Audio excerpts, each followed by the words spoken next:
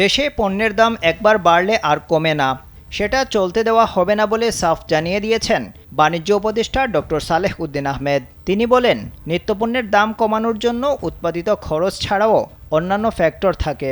বাংলাদেশে কোনো জিনিসের দাম বাড়লে সহজে কমতে চায় না।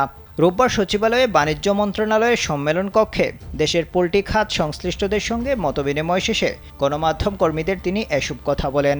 বাণিজ্য উপদেষ্টা বলেন, কৃষি বিপণন অধিদপ্তর এখন থেকে নিয়মিত পণ্যের যৌক্তিক মূল্য নির্ধারণ করে দেবে।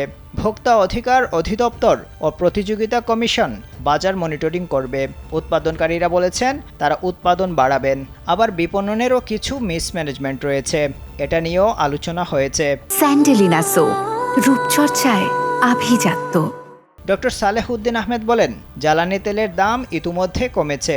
ব্যবসায়ীদের বলা হয়েছে, পরিবহন ব্যয়সহ অন্যান্য ব্যয়ও কমবে, সেটা উৎপাদিত পণ্যে রিফ্লেক্ট করতে হবে।